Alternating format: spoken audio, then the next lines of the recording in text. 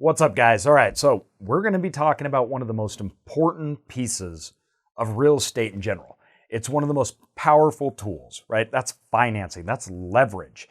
And in real estate, this can be a huge advantage, and it seems overwhelming to a lot of people.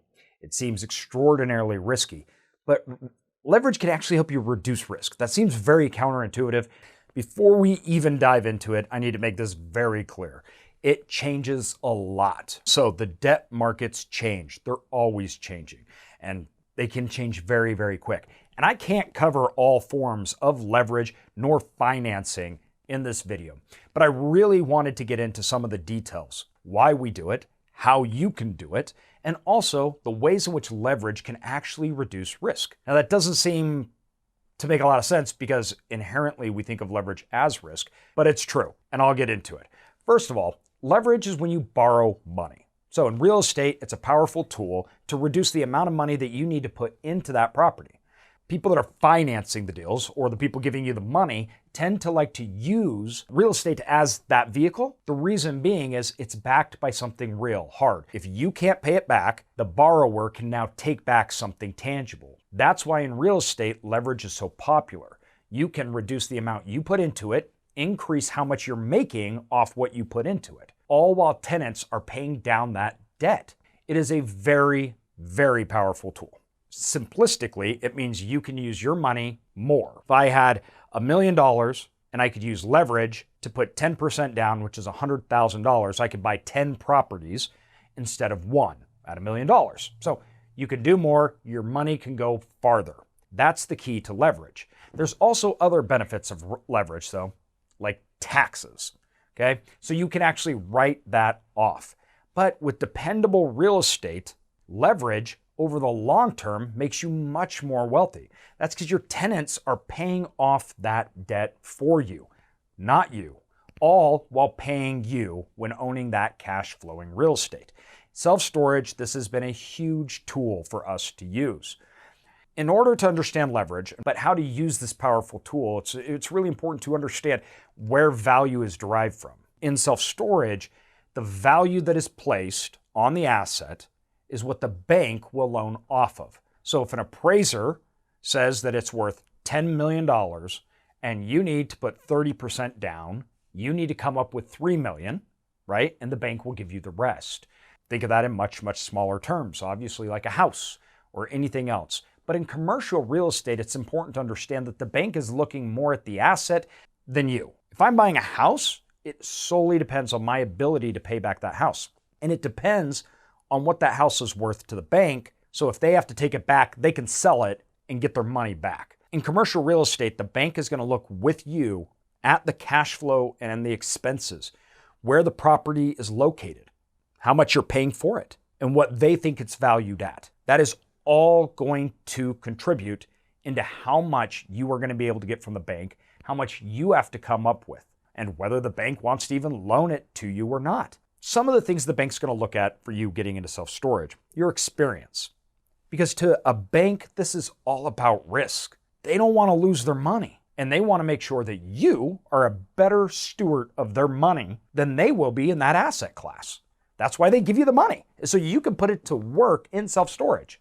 So you need to show that you have experience of any kind, or that this is a really good asset. Now, if you're sitting here going, I don't have experience, there's a lot of ways to get over that. Third-party management is an easy one. I don't have experience, this is a good asset, and here's an experienced manager that's going to help me do it. Or come up with a business plan. I want to buy this asset. Here's where I think the value is. Here's what I think I can do with the asset. How come I can increase its value, increase its revenue? This can be a really good tool because you can use that when doing SBA loans or financing. And SBA, small business loans, allows you to even put less into it. And it's encouraged to get you into the business. This is really good for first-time borrowers. In the podcast, we talk a lot about SBA loans, particularly with Live Oak Bank, and how they help people get into self-storage using SBA loans. That is one avenue, once again, to use. There's other avenues like non-recourse, which we use, but I'm going to save that here in a little bit. So the first thing is experience And what is your ability to make this not just work operationally, as far as like the management and the running of this property goes, but also your financial position. Now, some people, they have such a bad financial position or just not a great one, they don't believe they can get a loan. Now, I'm not going to, now an SBA loan can deter that, and I'm not going to get into all the reasons why I think that's just false. But SBA, and also get a KP, a key person that can come in and sign on that loan with you. So individuals that are better, have better balance sheets or maybe more financially backed than you, they can actually sign on the loan. Usually you give them a piece of equity for that. And then they come onto the bank loan with you and do the deal. There's lots and lots of ways to get money and get loans. The key is, though, there's not one way. And that is really important for you to understand. So if you just say, I can't get a loan, that's just not necessarily true. There's lots of ways to go about it. Every single loan that we do is different. And as we've grown, we've had to change the way we do it. We've had to work with the banks. They're our partners. Every deal is different. Some have more upside. Some may need more put into them. So we get an appraisal, but I need more so I can fix it up, right? This is a negotiation. This is a talking with the bank and trying to make sure that this project will work well. And that's how you need to approach it. It's not give me money. Here is my plan. Here's the asset. Here's the total expenses. Maybe I think they're high. Maybe revenue's low. Occupancy's low. Show, though, why that's not true in the marketplace, what you're going to do. Do this with banks and investors. This will help you secure the loan. People will trust you. And be transparent. Don't hide anything from any lenders, from any partners or investors. That right off the bat. If you don't know something, don't pretend like you do. Because if you don't know something and they find out that you said something you didn't know, they're not going to trust you anymore. So don't go there. Now, the types of lenders in self-storage can vary, but let me give you an outline of normally what banks want to see is they want 30% down. So when you're looking at a self-storage facility, if it costs $1 million, you need to come up with $300,000. They're going to be looking at the stability of the asset and how you're going to perform with that asset. Lots of banks will have different desires amongst areas and asset types. This was very surprising to me when I first got in the business. I just thought that it was a real estate asset, banks loan to it, and I found some banks that were like, no, we will never, ever do business with you, and we're never going to do it within that asset type. And then other banks that were like, we would love this market, we would love to do business with you, and we'd love to loan on this asset type. It was very extreme. I didn't expect that. And at the end of the day, some banks like self-storage, others don't. Some banks like certain markets, and others don't. Some banks don't even know the markets that I'm in. So if I'm working with a bank out of New York and they're looking at some market, they go, we don't understand this market. I don't know where that's at. That's in somewhere in Idaho in the Midwest, right? Because they don't know that we're not in the Midwest. So, and that's a true story. I've actually heard that. So they don't want to put capital there because it seems like it's way too risky for them. But then when I went to a local bank starting out, like Idaho Central Credit Union, which really understood the market because it was a credit union owned by its members that had to allocate capital within the state that it was in, well, of course they were more willing to. We found a way around it, right? Wells Fargo didn't want to loan to us, a local credit union would. As we got bigger, we went out of states. Local credit union didn't want to lend to us there. We had to look at other banks that had branches in those cities. How were we going to do deposits, right? So we start lining up meetings with banks and having a conversation. The point is, don't get discouraged. And don't say, because one bank won't give you a loan, oh, I can't get a loan. It's just not how it works. Where you may run into trouble, though, is when you're locking up a deal, communicating with the seller, I have to get financing on this. You need to be open with the seller about how much time that's going to take. You also need to be open with the seller about your position. Have you already secured it or not? And what is the bank going to require for you to get that loan? There's a whole list of things that you're going to need depending on the bank. We're talking studies, right? You're going to need obviously all financials, but some facilities that you may look at, they may have already had phase 1 studies done where they test the ground, right? They may already know the plot lines and you may have all the information, but others may not. And there may be questions that the bank has. Where exactly are the lines on this property? These are ALTA studies, and there's all these different studies that the bank may require of you too. I'm not saying that they will, but they may. You need to be aware of that when you're having conversations with the bank up front so that you can work with the seller in guiding that time frame in which you need to get the bank what they want. The key is you need to be driving this, and you need to make sure you're working with the seller and the bank, and you should start before. Work with banks that you can get rid of a few simple things, right? Banks that don't want to be in self-storage, well, don't talk to them. So start interviewing banks and saying, listen, I'm looking for a small facility, 20,000 square feet in a fourth-tier market, or I'm looking to build a facility. I need a construction loan. Find which ones want to partner or potentially partner with you. That will speed that process up. And then find out what they'll want to see. So when you start talking to the seller, you can prepare them. Generally speaking, be prepared to put 30% down. If you don't have that money, that's where investors come. So if the bank is going to loan you $1 million and you need $300,000 to put into that property, you need to get investors to come alongside you if you don't have it. Now, another really important thing to understand is capital expenditures. When you buy that property, is it immediately ready to go? Is there no work that needs to be done? Or do you need to build into that loan capital expenditures? There may be things that need to be fixed within the facility. This happens all the time to us. We want to redo the office. We want to make it look nicer so we can attract better tenants. It may need a gate. It may need security.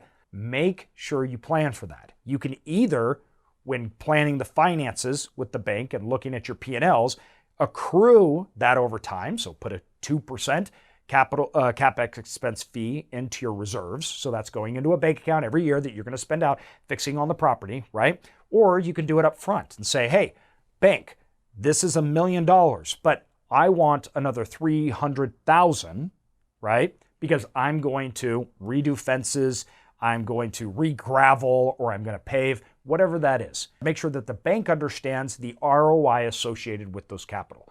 If I do X, I can receive X. So show them in the market what is existing. This facility, which has all these improvements done, can charge $100. I can only charge $60. If I do these same improvements for that $300,000, I can now charge $100. This is what banks want to see. Once again, they're depending on you to be the operator and show them. All right. All of these things being said, how can I reduce risk with financing? Now, there's two really important ways. The first way is diversification. I don't like to have all my assets located in one region. We are across 5-7 states right now, depending if you look at our new builds or conversions or acquisitions that we're doing right now or have just completed. So when I'm looking at all of our acquisitions in the places we're in, I like to not be in the same area of economic impact, as I call it. If 1, 2, 3 big companies go down in an area, or that area starts to just economically decrease, maybe there's a natural disaster, I don't want all my eggs in one basket. So I take my money, I buy some facilities here, and I buy them in other markets, and that offsets any localized risk that I may theoretically have. Once again, I'm just not putting all my eggs in one basket. Now, the other way is, after we improve it, we refinance into what is called a non-recourse loan. What is that? I love non-recourse loans because it means I'm not on the line. And basically, the property ensures the repayment of that loan, not me personally. If things go wrong, I hand the keys back. How non-recourse loans work is the bank actually doesn't hold that liability. What they're doing is they're putting it together or packaging it in with other loans and they're selling it on the market, what are called bonds, right? This is the CMBS market. Once it goes, you're shifting your liability off to investors. There's usually a size threshold that this works. Around $1 million right now. These markets change all the time. In bad times, lots of times these markets shut down. But these are the biggest markets in the world. These are the debt markets. And most large operators all run off non-recourse loans. It is very standard. So don't think that it's either something out of touch or that's something for super experienced people. It's actually standard. How do you do it? You work with the bank. The banks are the facilitators of the non-recourse loans. So non-recourse loans is what I move my assets into. I still own them. I still make all the money from them. I just don't hold that risk. So I'm using leverage now to lower my risk. It's an amazing tool. I've gone through a lot of stuff on financing self-storage facilities. We talk a lot about operations. We talk a lot about finding good deals, how to analyze markets. But don't forget when leveraging, you owe that money. If you have investors, right, and your operations fail, you got to be ready to fix things. You got to be ready to pay it back. And you want to show your investors, you want to show the bank that you are a reliable person that is not going to default on that loan. As you build those relationships up, both investors and banks are going to trust you more and be willing to give you more money to invest.